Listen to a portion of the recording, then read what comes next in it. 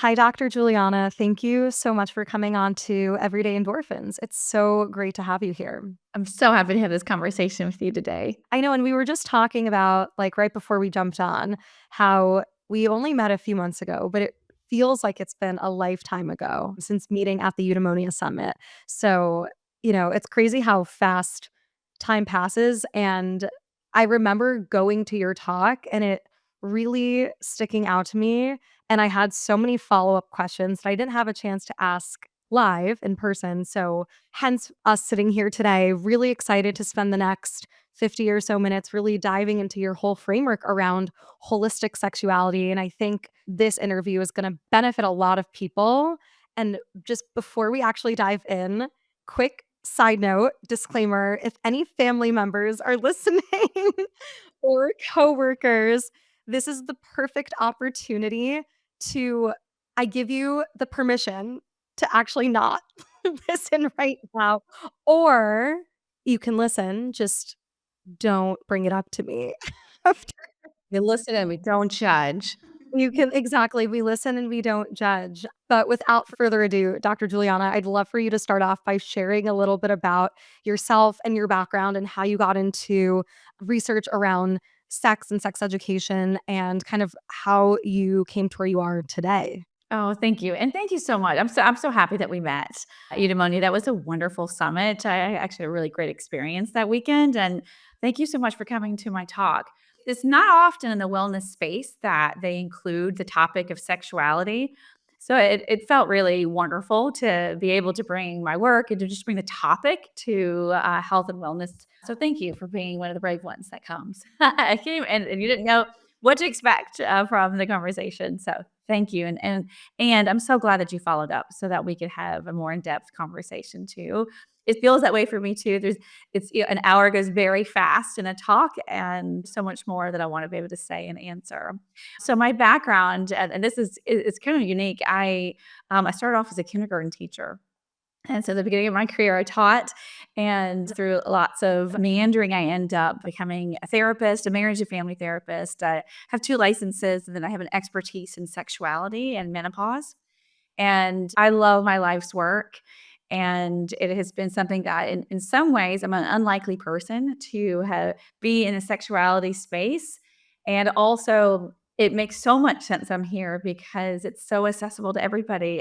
If I can do this, you can do this. It isn't that I have any kind of unique thing in this. I just had a curiosity and a feeling of this isn't right. This isn't how it should feel, and we should have more information. And your life changes when you learn more about holistic sexuality and sexuality in your own life. I remember being in a sex education class, probably in like middle school or high school. And as we know, sex ed classes are not even accurate, like an accurate depiction of what actually happens. Right. And so I had actually never heard the term holistic sexuality until coming to your talk. And that's actually what really piqued my interest when I was looking at the schedule at Eudaimonia, trying to sign up for different conversations. I was like, wow, this sounds really different. I've never heard of this before. So, can you kind of run through with my listeners what this term even means? And I want to refer back to the notes that I took from the talk because there were so many like interesting points that I jotted down, but there was something you talked about around like the intersection with creativity and sexuality. And I'd love to hear a little bit more about how that perspective also is embedded into this concept of holistic sexuality. I feel for the teachers who were thrust into the health class or the one day they had to do sex ed because they weren't educated either. And I guarantee they didn't want to be doing it and having to deal with our middle school immaturity and all of that. But it was awful. None of us were given any kind of either zero education or it was fear based, negative, and all the wrong information that doesn't help us at all and made us afraid or conversely even more interested but uneducated about what we were doing. So when I started my PhD program, I had a class that was about couples and sex, and I sat there, I was like, "Oh, so interesting." And I looked around and none of my colleagues were interested in it. And I was baffled by this. And other classes, I was bored to death. And they thought it was the most incredible thing. And my teacher took me aside and she said, so once in a blue moon, someone comes along who's interested, you need to be doing sex and sexuality. There are not many people who are willing to do it. So I started researching and I started looking into it and realized she was correct. Not a lot of people, especially back then, this was in 2005, were really doing tons of research or talking about it. Definitely a light was being shown on like this isn't right, but I wasn't hearing a whole lot of then what is. So if we know this isn't good for us and we know we need to do something better, then what do we need to be learning? And what is this thing all about? Like, and I was much older and had already become sexual. I was actually a mother at that point, and I thought this feels like sex feels like a part of sexuality. And I had gone to a conference, this organization called ASEC, which is the overriding body that overlooks sex therapists, counselors, and educators. I went to one of the meetings and they had this heated and therapy conferences are usually really sweet and nice and supportive and then sex therapy conferences are even they're just spicier and it was heated in the heated discussion. I mean, people were yelling, people left the room because they were trying to decide, do we call ourselves sex or sexuality educators? And it was the first I'd heard that argument also. So in all of that conversation, the concept of holistic sexuality was the first time I'd heard it. It just felt, I guess, similar to you, like, oh wait, oh that makes sense. But what? What is that? So I looked up, and if you were to Google circles of sexuality or holistic sexuality, a graphic for 1981 will pop up. And as we know, in 1981, of course, it was going to be a white man that did it. And it was, to me at the time, it was like, wow, it isn't just this is the horrible thing that's going to happen to your body if you have sex, and this is how not to get pregnant or get someone pregnant. This is about who you are as a person, kind of. It was definitely the seeds were there. It was just the beginning of it. So I sat with it a lot and thought, okay, I think this is the beginning. This isn't truly where I think we've evolved into. So I started asking people. And as a therapist, I'm someone who loves to hear people's stories. And so I just started asking. And I realized people don't often ask you what your sexuality, your sex stories are. And when I started asking and, kind of had the audacity, but really I genuinely was interested, people started answering a lot more freely than I expected to. And that led me to feeling like I had the permission in the room to say, so what do you think is a fulfilling sex life? What do you think is a fulfilling sexuality? Because the word holistic, as you noted, was really not known. But fulfilling or satisfying or good or whatever people understood. And I started gathering themes. And in those themes, so the circles of sexuality had 5 of them. And they centered around the word values. And I just had like ick value, to the word value because of just the way people have weaponized it. And I ended up having 9 pillars that were absolutely clear that if you describe yourself as having a fulfilling sex life, you knew to some degree one of these 9 or all of these 9 to some parts of it. And then I started testing that in reverse. So then I went to people who were not describing themselves as having a fulfilling sex life and asked them about these different areas. So they are sensuality, wealth, health and wellness, pleasure, desire, and acts and interests, intersecting identities, power and trauma, love and connection, and relationships and intimacy. And instead of values, I put the word agency as the hub of everything. And how I describe agency in the shortest of terms, although I would prefer to have 4 hours to talk about agency. Agency in the context of holistic sexuality means that you know who you are. Your journey as a sexual being is yours. It is your right, your birthright, and it's also your responsibility.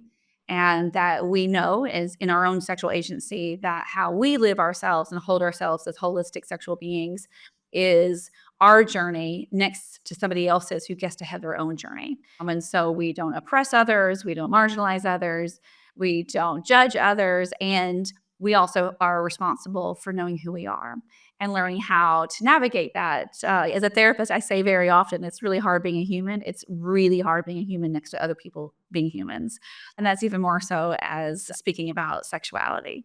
I love this framework that you developed because it really broadens this concept around sexuality. And I think for so long, at least when I heard the term sexuality as it pertained to just like the act of having sex, I thought it was like, well, how often are you having sex? Like how many partners you have, whatever. Then I felt like the conversation and the narrative shifted more towards like focusing on pleasure. But what's interesting is that pleasure is actually only one of the 9 dimensions that contributes to this broader picture of sexuality as you describe it. So I kind of want to double down on that and first ask, how does pleasure kind of interplay with all the different pillars that you've laid out? For women, at least, and when we're speaking, let's say, in the context of heteronormative relationships, so often I hear my female friends share how they're having this like sexual awakening now in their 20s about enjoying these sexual experiences for themselves rather than doing it in the pursuit of giving someone else a pleasurable experience, like taking it into their own hands and focusing on their own pleasure, which can also be really uncomfortable if that's not something that you're used to. So, would love to hear your thoughts first on kind of how this dimension sits within the framework and influences the other dimensions as well. So you're correct. We've had this wonderful shift of talking about pleasure is really how is the context, the container of how we should be looking at our sexual selves. And I love it. I love that it was added to the conversation. But as so often happens, especially in taboo spaces, when the trend occurs, it often takes over the conversation. So I'm absolutely cheerleading that we had to move from fear based to pleasure based because that is such a huge role in who we are as sexual beings. Why would we want to be a part of something that doesn't bring us pleasure? We wouldn't. So particularly when I talk about desire, when people come to me wanting to have a different relationship with desire or libido, we absolutely have a very big conversation between the relationship between pleasure and desire. If that's all we're talking about, then we're just doing the opposite of speaking about fear-based, because in the fear-based things that we've learned, it wasn't inaccurate. Well, some of it is, but it is important for us to know the things that can go wrong and who we are as sexual beings, just like we need to know about the things that are pleasurable. It just can't be where we end. And pleasure does need to be intertwined in it. And for me, the word pleasure can mean something different to each person and in different situations. So I like to simplify it. And it's not always the best translation, but I think is a good starting point, which is this a yes or is this a no? Is this a yuck or is this a yum? And that question, when I first started doing this, I thought was a pretty easy thing to ask until it wasn't in my own life or when I was asking other people. And I would say, is this a yuck or is this a yum? And I would have people burst in tears or sit in silence. And it became obvious that we are a pleasure deprived society or an overindulgent in pleasure society. We don't know how to interact with it. And that means we don't really know how to stop and pause and be in a mindful, grounded moment and say, is this what I want? Is this a yes for me? Is this a yum or a yuck for me? First, that's the first thing you have to do in really understanding who you are as a sexual being is really tuning into the truth of you. Then knowing like what your body's saying to you, what your mind, your thoughts, your feelings, like all the warning signals that we override or we use as our North Star, but even taking the time to focus on that is a skill that, of course, we're not taught how to do that. We are automatic. We're told what you should be afraid of and what you should be pursuing. We're not taught to have your own discernment in that process. So when you can do your yucks and your yums and your yeses and nos and your wants and your things that you don't want, then it's finding the skill of communicating that to yourself, if this is something that you're just experiencing with yourself or with others. And this is in and outside of a sexual context. And when I say sexual, I mean like sexual connection or a sex act. But as you know, like holistically, I think all parts of us, all that together, the sum of the whole is who we are and it's the essence of who we are, which is the ultimate definition of holistic sexuality. And when I think about how pleasure is infused in some of the other areas, which is like, so we'll go to connection. Connection is one of the latter ones that we speak about. I'm 53, and last night I just did a menopause event, and we're talking about the value of connections in our lives and how important it is. And a lot of people who identify as female really are strengthened by the connections in our lives. And yet, we can think about some of them either in a romantic relationship or in our friendships. And well, I'll say specifically with friendships that I think we've all had the experience of having friends. And you're like, you leave and it's just you're drained. It's a no. It's a no. But you've known them a long time, or you don't know they're not a bad person, but the relationship isn't there anymore.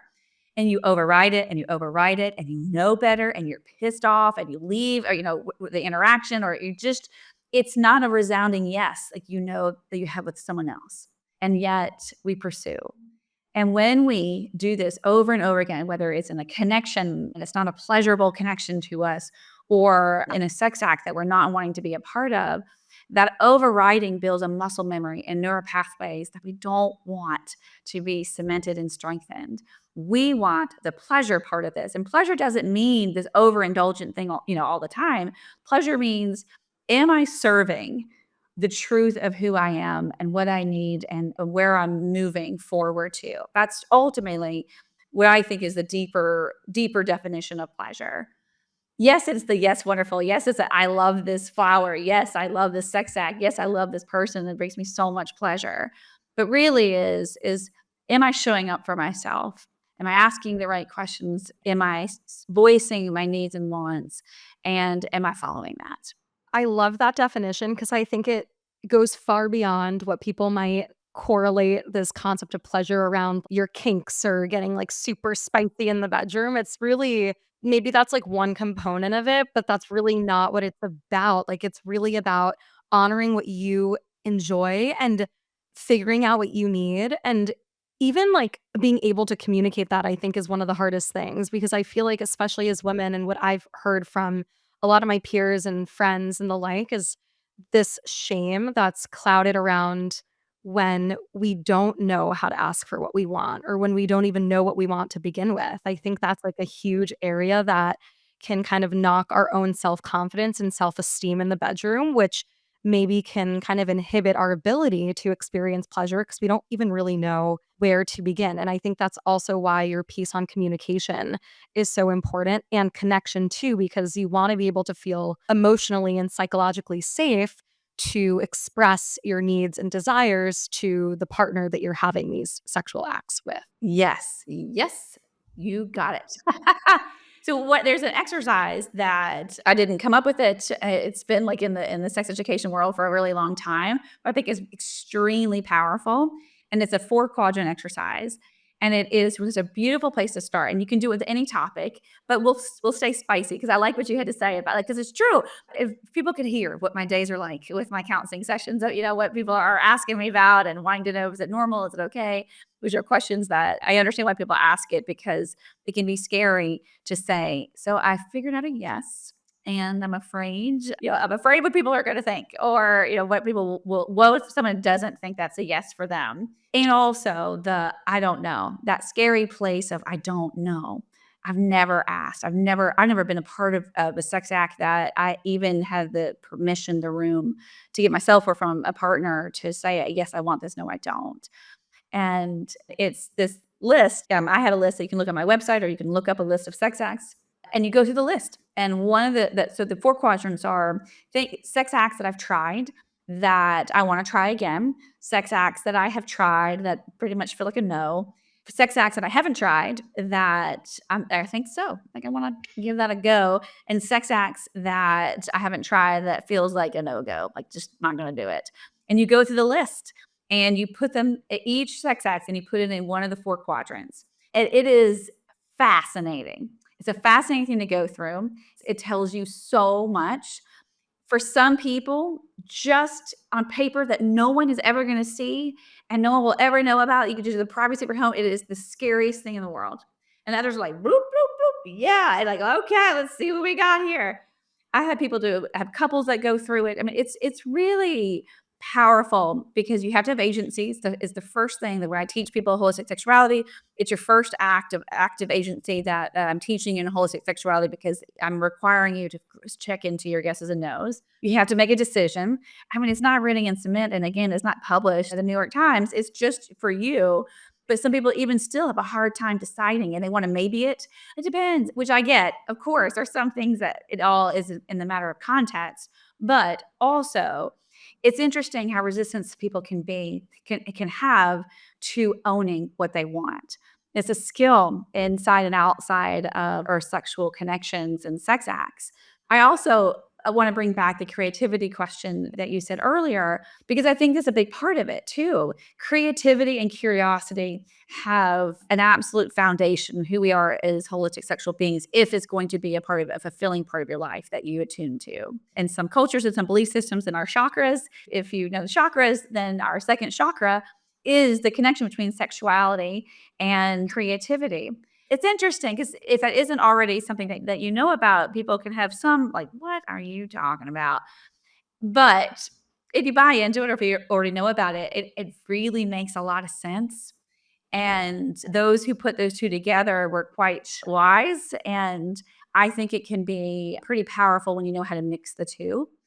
And I do think that when somebody is grounded in who they are as a holistic sexual being, they have an openness to however creativity is individualized in their life. So everyone, like creativity for some people could be like artistic and making music or painting. For others, creativity is coming up with an incredible spreadsheet. It is thinking of a new way of relating to their child. There's so many different ways because what we're saying is I have freedom to access my individual gifts because I'm not shackled by other things. I know who I am. I know my yeses and my nos. I know the truth of me. I have access to it. I have value in it. And when you have that, it opens up all of the things that you get to gift to the world and to yourself. That's how I see the combination of the two. And there's more nuts and bolts in it as well. Like you can, if you are really heightening your sexuality, you can see that there's a shift in creativity in your life. Conversely, too, when somebody is really out of touch, they're not embodied or they're having a really hard time in their sexual connections and relationships, you can see a creativity is really dulled. There's often that also logistic thing too, but I also think there's a more spiritual and holistic wellness connection as well. Absolutely. I actually just recorded an episode on Tantra. We didn't focus on Tantra and how it's related to sex, but obviously there is that connection too. So I was thinking a little bit about that as you were sharing your response.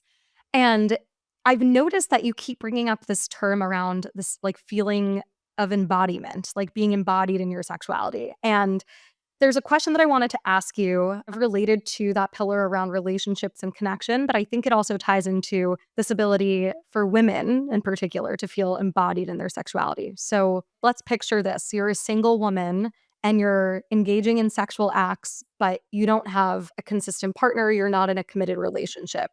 I think a lot of women feel a difficulty in navigating that because it can be difficult, like it can be hard to feel embodied in your sexuality, to feel like you're engaging in these acts from a place of empowerment when you actually don't have a consistent, committed partner, when you're not having that connection with someone. And I know for women, it's difficult to talk about because I don't want to generalize this, but I do think for a majority of women, the act of having sex is the mechanism that actually bonds us more to men. It's the practice that makes us feel more connected to men. Whereas I think for men, it's easier to disassociate between the two or like keep them a bit more separate. So, my question for you is, how would you advise young women who want to feel a bit more embodied and empowered in their own sexual journey as it pertains to their health and well-being at large? How can they do that in a way that doesn't sacrifice maybe that desire or longing for a deeper connection with someone, right? We've already just talked about how our sex education is heteronormative, all the bad things. It's also relationship focused.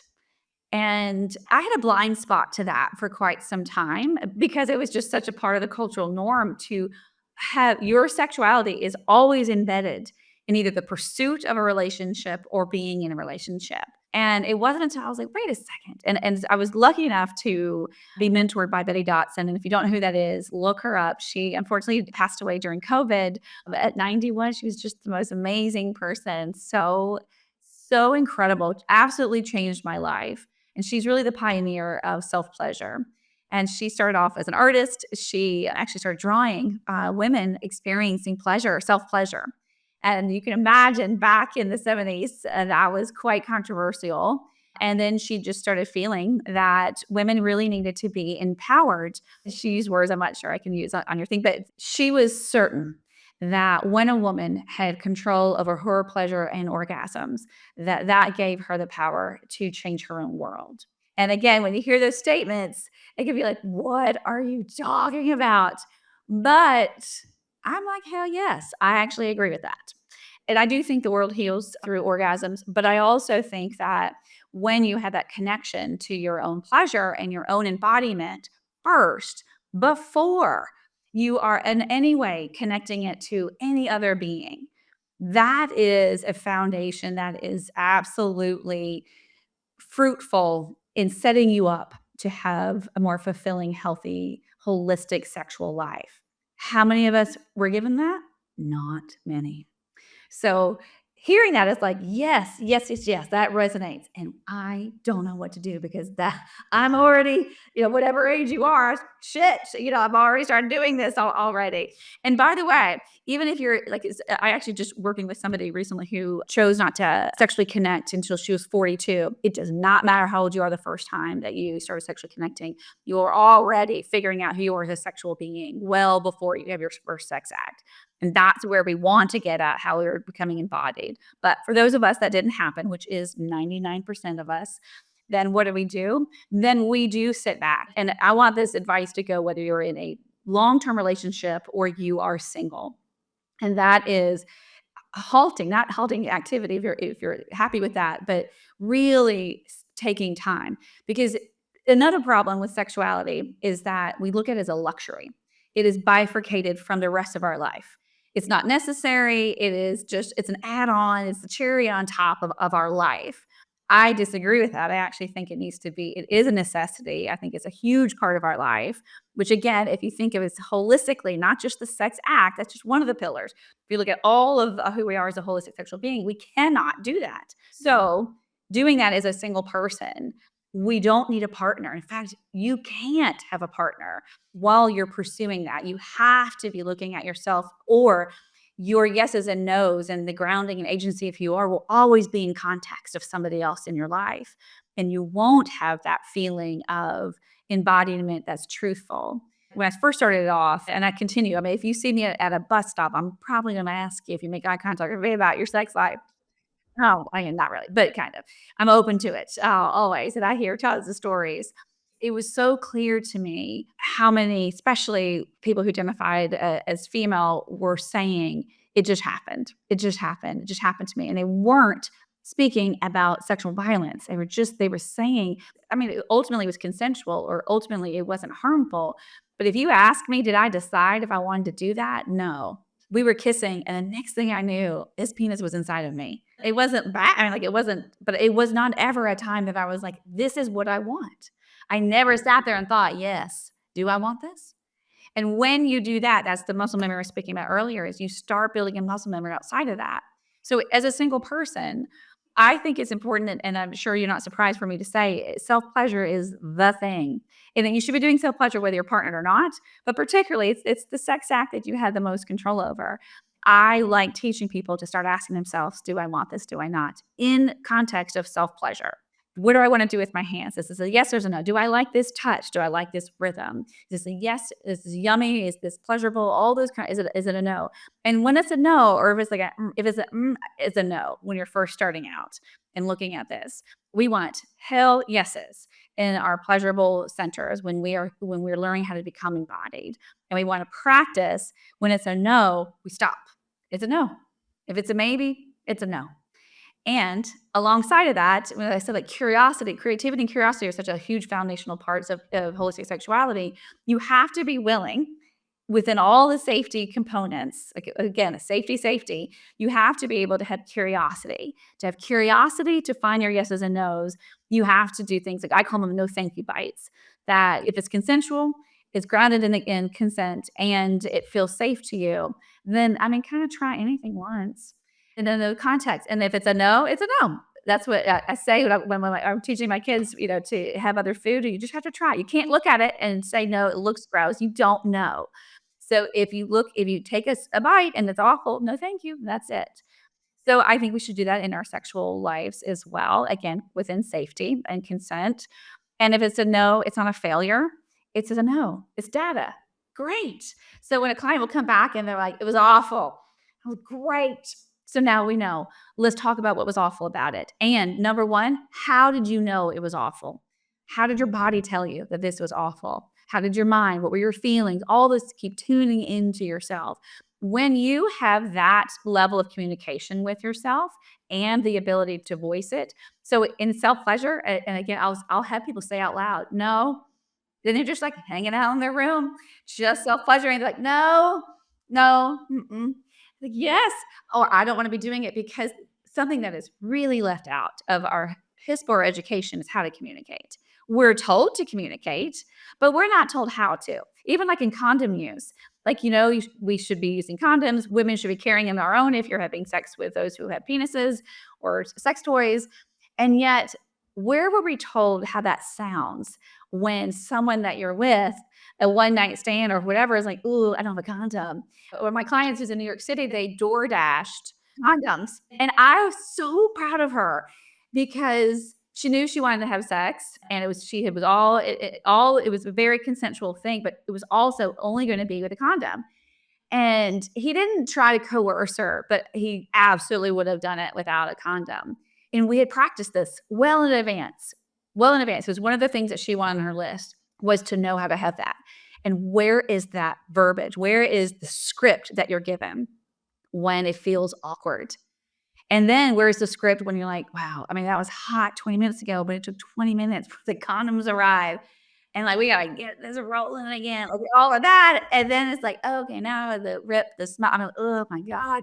And then how do you get to like, now we wanna have this sex that we just paid an exorbitant amount of money for DoorDash to bring us these condoms? I mean, whatever.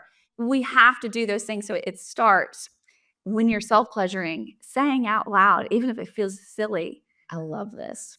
This is so hot. I'm so hot. This is great. And I can say this and I can give advice because I've done it myself. It's the rare thing that I ask people to do that I haven't tried myself. There's some sex that just is a no for me I read about it or I hear about it and then I can tell you, but I'm not going to do it. But I've done that. I've done the awkward in your room by yourself and playing with my voice or learning how to say yeses and nos. And it is not comfortable. I'm not going to pretend that I'm just sitting there feeling this is just great. It's weird. It's weird because we're not taught it. Yeah, as Glennon Doyle says, we can do hard things. That's a hilarious story about the DoorDash with condoms, but I'm glad that it came. Safe sex is important. I wanna go back to what you said around the world healing through orgasms. Like, maybe I should just make this the title of the episode. I'm guaranteed this will get a ton of listens if that's the title. And you brought up so many great points. Like, there's so many follow-on questions that I wanna ask.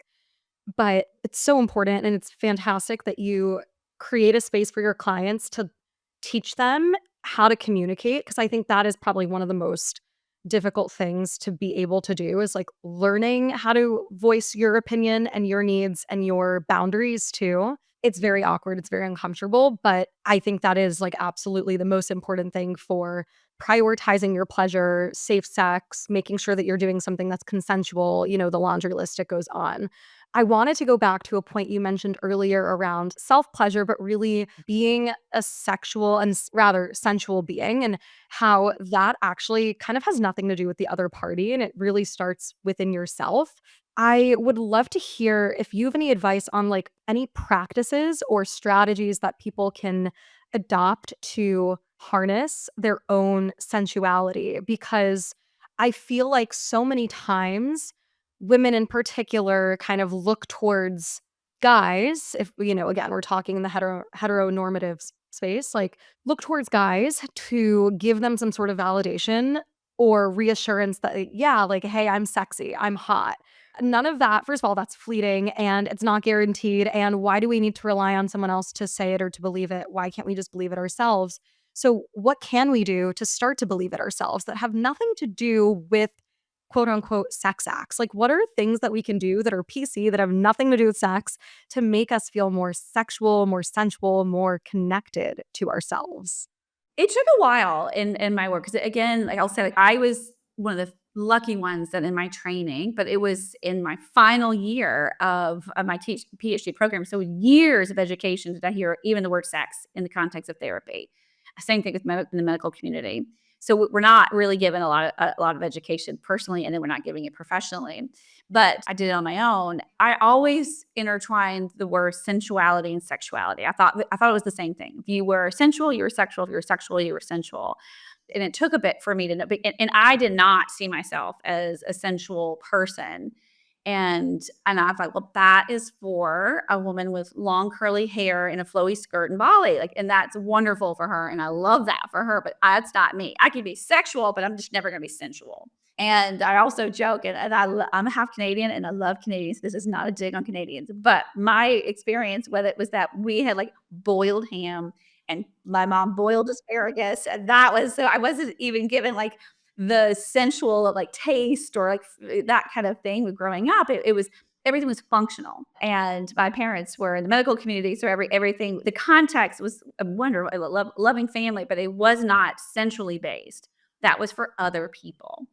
And when I started finding the definition of sensuality, because sensuality was in the first circles of sexuality, and I started reading, I was like, oh, no, wait. I mean, is the definition just that you have senses?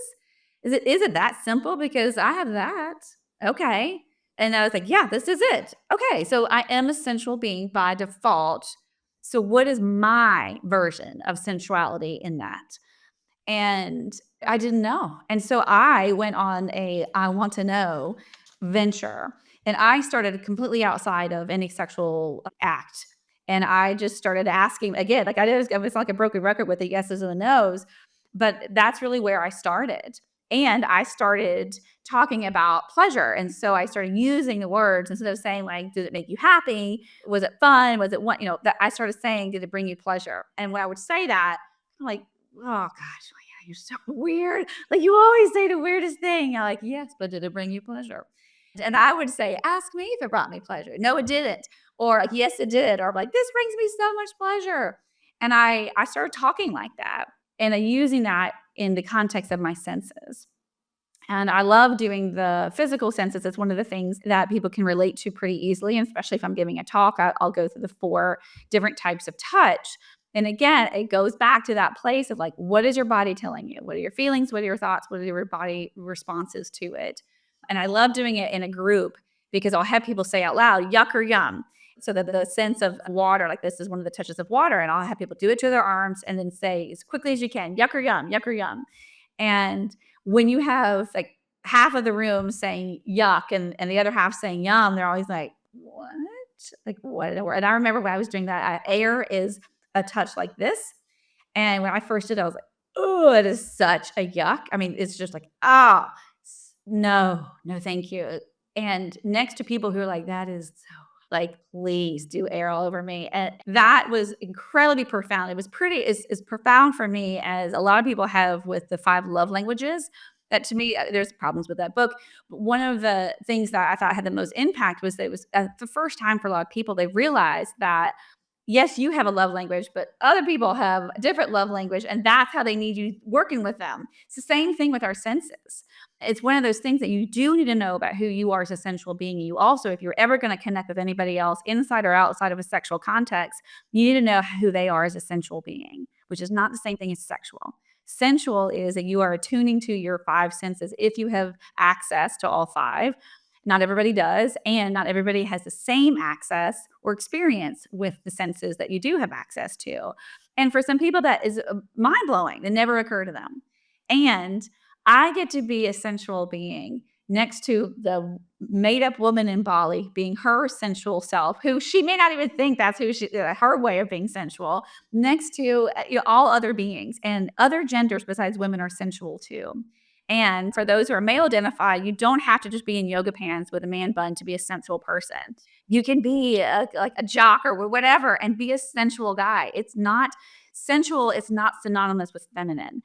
We all have our senses, and tuning into them is one of our greatest gifts as humans, and it is one of our best communicators. It tells us so much. And so learn and pay attention. For me, I realized pretty quickly into my work when I was combining therapy and sexuality that I did not have a great mind body connection. I was pretty disconnected from my body. I overrode a lot of things and I didn't pay attention to my senses. It was just a means to an ends of things. When I learned how to slow down, and I had two pretty big things in my life. One of them was at the Chopra Center out in California. And I was at an Ayurvedic retreat and we had to have a silent lunch. And I was like, great. I don't have to chit chat with people I don't know. This is going to be fabulous. And they gave us this awesome salad. And it was the crunchiest, loudest salad I have it felt like in a movie. It was like, and and I was like, trying to like whisper, eat my lettuce. It was just so weird, like to have like the crunchiness of it all.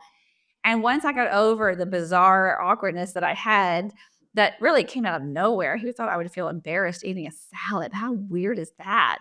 But I had ever had the experience of slowing down, that I was really paying attention and staying in my body and paying attention to my senses. It wasn't really telling me anything. It wasn't like giving me information to follow, but it was telling me that if I slowed down, I could pay attention to a whole lot more. And so the crunchiest salad in the world became quite a lesson for me. And another was I was an actor for a while, midway in my between kindergarten and sex therapy, and I was doing a class, and she asked us to go around in the class to say, what's the one scene that you would hate to do in a movie? And I was the second person to go. And the first person did their thing, and I was like, "Oh, a sex scene." And then the next person was like, murdering a child and raping somebody, and all these horrible things. And it kept kind of going back to me. That was like, "What's wrong with you, Juliana, that you have to do like a sex? Like that's your worst thing?" I'm like, "Ooh, I wish I hadn't said that. Forgot about like all those other horrible things that would be terrible to do." She made me do a sex stick. She made me seduce another actor in the class. And I wanted to die, and I was the least sensual, sexy person out there. I was all performative. I didn't know what I was doing, and she said to the guy, "So, were you turned on?" He's like, "Not even a bit." Oh my god. Then she had someone else who was very in touch with her body and very in touch with who she was as a sensual being and her flavor of sensuality.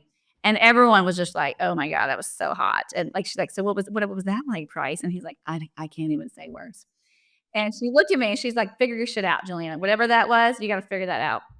Which is part of how I ended up honestly changing over to sexuality, because it was such a pivotal moment for me to realize the difference between performing and being and who I was as a sexual person. But it also, how I answered that was I started with sensuality. Because when she said, "Fix that shit," I was like, "How? How do I do this? I have no idea what that fix what? And who's going to teach me how to fix it?" And so I started with my senses, and that is not just a one-time thing, by the way. We have a basic part of who we are as a sensual formula, but it shifts and changes through our life. So always go back and discover new parts of yourself. And it's why it's the first pillar. It is not an easy lift for a lot of people, but it's one that we can relate to pretty easily. Oh, I love that. I mean, what great stories to share. I really resonated with your comment on it's not about performing, it's about being. It's about feeling that within yourself, grounding yourself, doing practices that ground you to your body, to your mind, to your spirit. I mean, now we know about the mind body connection and how that shows up and really takes shape with our mental well being, our physical well being, our emotional well being. So I talk a lot about that, not in the context of sexuality and sensuality, but I'm not even surprised that that is really taking an integral spot in our conversation today. And, I have been practicing yoga a long time. I teach yoga. It's a very sensual practice, but it's also something, like separate from all of this. Like it is something that makes me feel good in myself. And I do think that the closer we get to our own authenticity, and I hate to use that word because it's so overused, but the further away we get from doing all the performative things in life, and the closer we get to doing the things that we want to do and doing it from a place that feels right and authentic to us, I think the easier it is to tap back into those five senses, to tap back into the most aligned versions of ourselves. And it's very fascinating to see how that shows up in how we become sensual beings.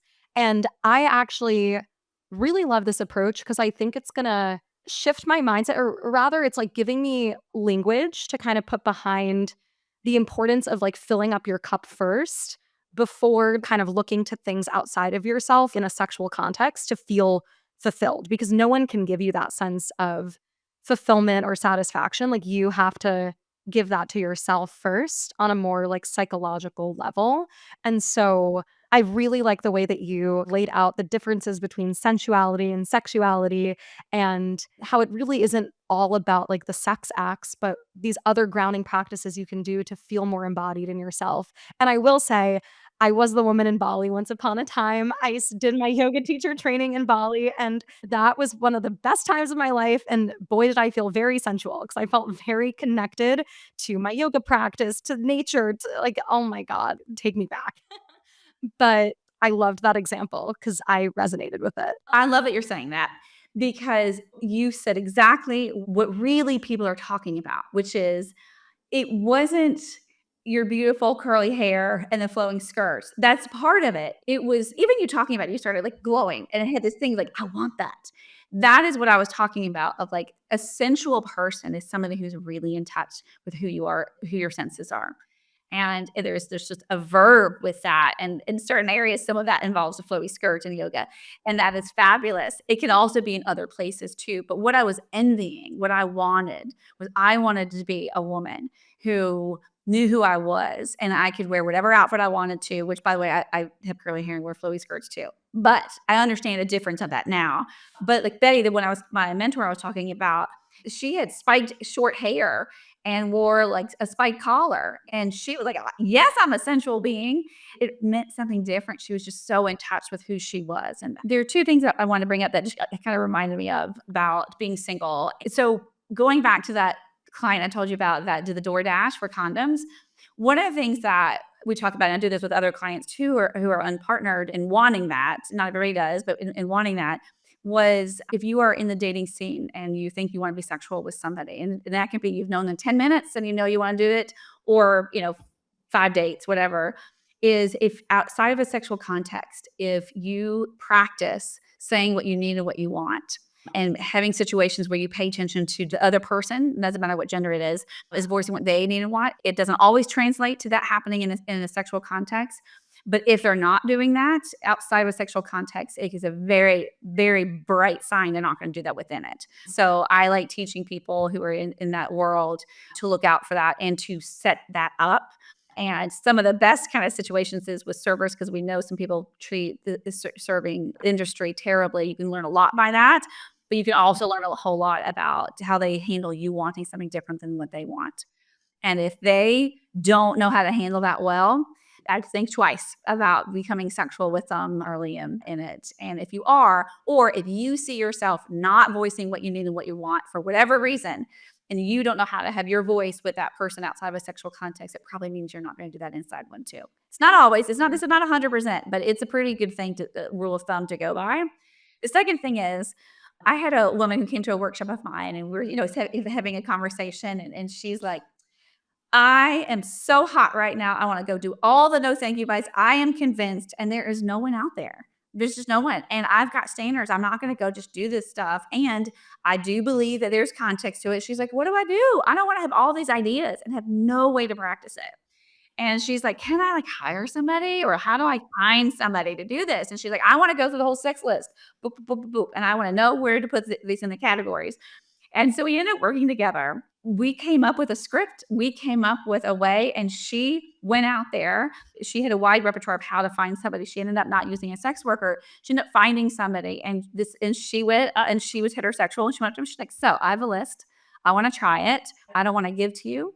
I don't want to worry about your feelings, your thoughts. I don't want a romantic connection. I want to get in, get out. I want to try these things, and yes or no it."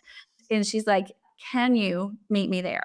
And so she did all the consent work and all the safety things for him. And she's like, I don't want to have to worry about you at all. And he's like, yes, yes, and yes. And for them, I didn't talk to him, but it sounded like it was a positive experience. But they did that over a course of things, and she loved, and that would not be a story that works for everybody. And there are lots of people who would find that horrifying. For me, what I love is the happiest part of my job is helping someone have agency. And I do not think it's my business, nor do I have any interest in deciding what other people like and what they need and what I want. All I care about is it the truth for you? And I want to make sure that it is absolutely a truthful yes or truthful no. And then I'll sit there with you, whatever. Great, fascinating. People are fascinating. I love that. And I loved that she was like, it is such a relationship centric world. And our sex lives are so focused around being partners. She's like, I'm so tired of being invisible and I don't want to waste this time. And she's like, I don't want to waste this hot body. I want to try this shit now. And I don't want to wait until I'm dating somebody to do this. And that was what was right for her. And I believed her, and she knew this of herself, and it was a very positive experience for her. Again, not for everybody, but I love the process. I'm so happy you shared that because that actually leads me to the one question I wanted to ask you before we wrap up today. And it's around the cherry on top of this framework, which is agency. I know that in the talk that you had at Eudaimonia, you had shared how agency, and I'm just pulling up my notes, sexual agency is the key to a fulfilling sexual life. So, can you talk a little bit more about that and how you define agency within this framework around holistic sexuality? It changed my life and it saved my life. I have a TEDx talk about agency. So if you just do Dr. Juliana Hauser and agency, it'll come up, and it really talks through the skill of agency, because agency is a concept, it's a noun, it's a verb, and it's a skill. And I really talk about the skill of it. And I am so passionate about the concept of agency because I really had none. And again, like I came from a wonderful family, but my parents came from like an emergency room medical center. So they saw the worst of everything. And the way that they showed our love was really to have lots of controlling, limiting parameters with it. And that did keep us safe and alive. And we didn't have any of the horrible things happen that they saw in the ER. That worked. And yay for that. The unintended consequence of that was that my sister and I didn't really have the skill of decision making. We didn't have the skill of recovering after a decision went wrong. We didn't really know how to handle unintended consequences of things. I did lots of decisions by committee. I mean, I would have to call 5 people to figure out what I wanted for dinner, like just even those simplest of things.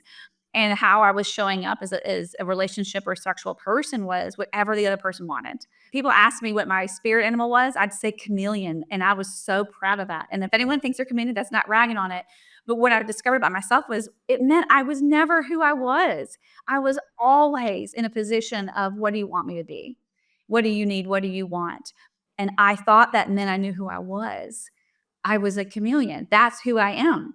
And it wasn't until someone that I had dated for a long time, and it was really like the love of my life, died, that I realized I was basing my identity on him. I was basing my identity on being in a relationship with him. And when he passed away, suddenly it just hit me more. Obviously, the grieving aspect of it, but no one told me I was going to grieve the identity of me and his loss, because I thought I knew exactly who I was. And I was starting this work. So I was like, I know exactly who I am. I had already done that class where she told me to fix my shit.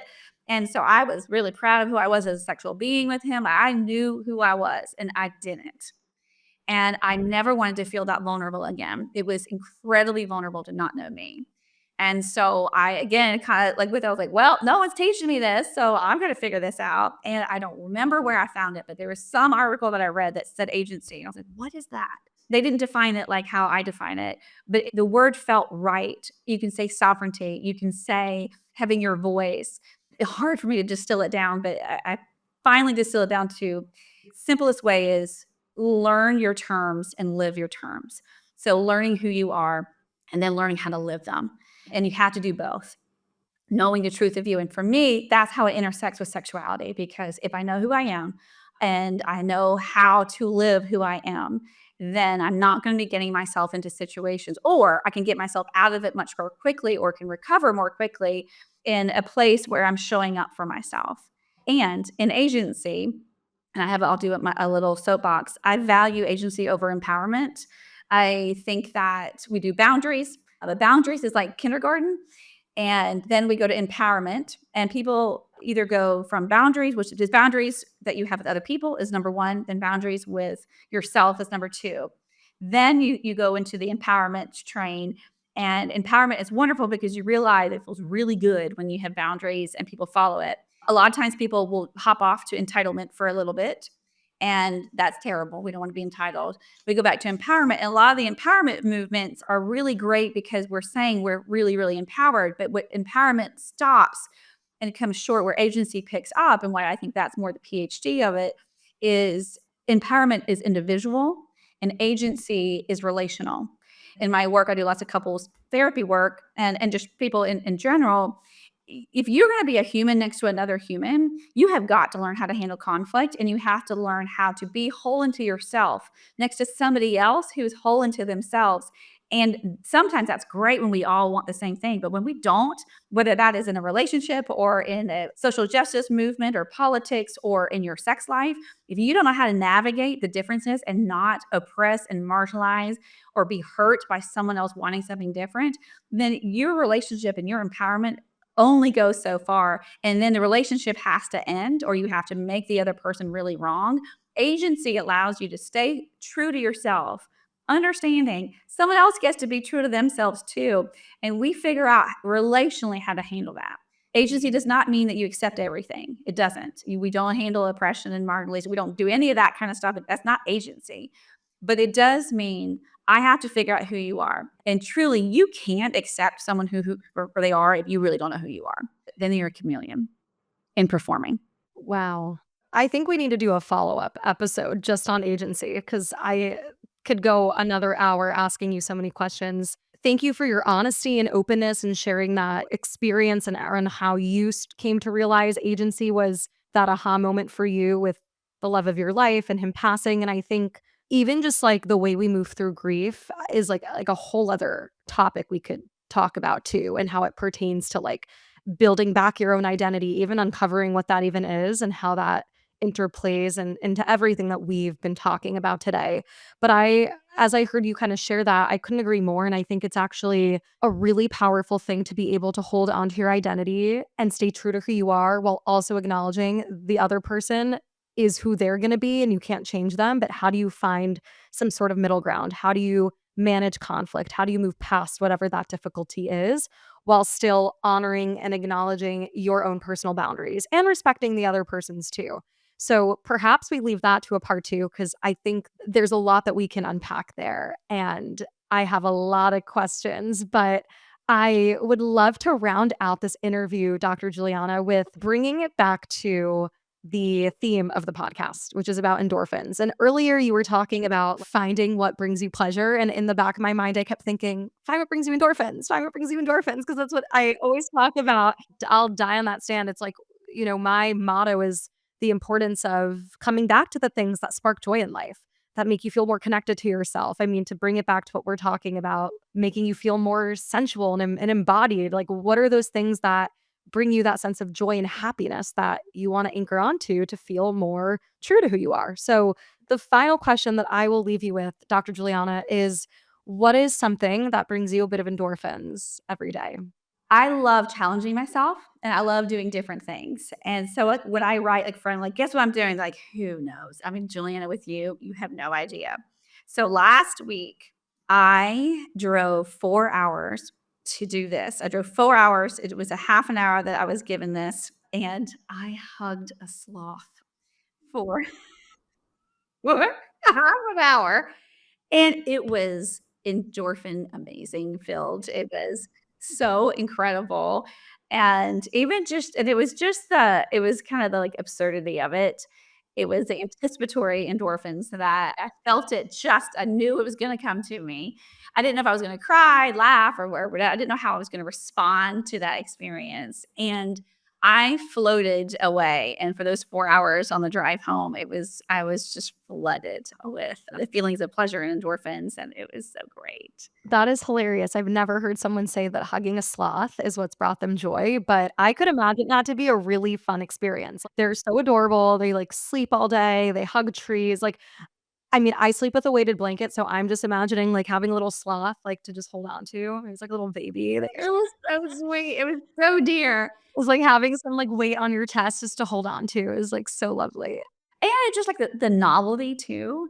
There's not many sloths that you can hug. And I just thought I wanted to learn from this sweet little creature too. And I do others like more obvious things too. Like, I do a lot of physical things that bring me a lot of that. And even like cold plunging. I'm obsessed with cold plunging. But for the reasons that of your podcast, I mean, that's actually been life changing for me too. But in general, I love trying something new. No thank you bites are my endorphins. I love finding out, is this a yes or a no for me? And hugging the sloth, well, a yes. I love it. Well, keeping an open mind, being open to trying different things, I think is one of the most important mindset shifts to have to bring more endorphins into your life. Because how do you know that you're not going to like something unless you actually keep an open mind and try it? And I guess in the spirit of this episode, that's it's also kind of, very integral to what we've been talking about for the past hours. So I'll leave all my listeners on that note. Keep an open mind, keep an open heart, stay in your own autonomy and agency, and prioritize your own pleasure among many other nuggets of wisdom that we've talked about today. Dr. Juliana, thank you so much for coming onto the podcast. Where can my listeners connect with you, listen to your TED Talk, learn more from you? Where can they just go to find you on the internet? Thank you so much for having me. Thank you for being brave in this topic too. So I am on all platforms, Dr. Juliana Hauser, and it's Juliana with one N, Juliana Banana, and Hauser, Hau. And I'm on Instagram, and my website is, I'm on all social media, but my website is dr-juliana.com. Amazing. Thank you so much. Thank you.